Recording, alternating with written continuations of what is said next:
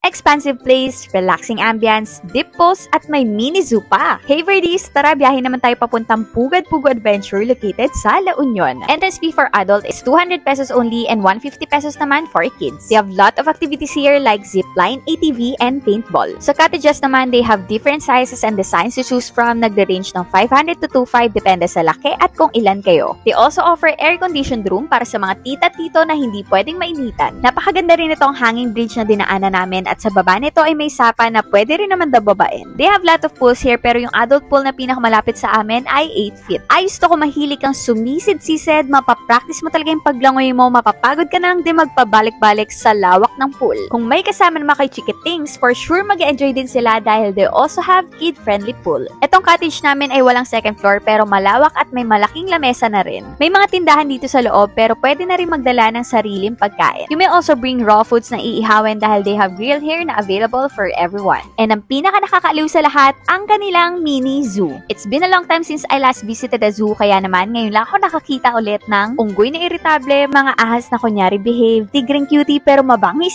mga istang literal na walang imek, buhayang nakapwesto sa tubig, slot na parang ikaw tulog ng tulog at iba't ibang klaseng birdie, mapapa-hey birdies ka talaga. Another La Union go-to destination for your family and barkada outing.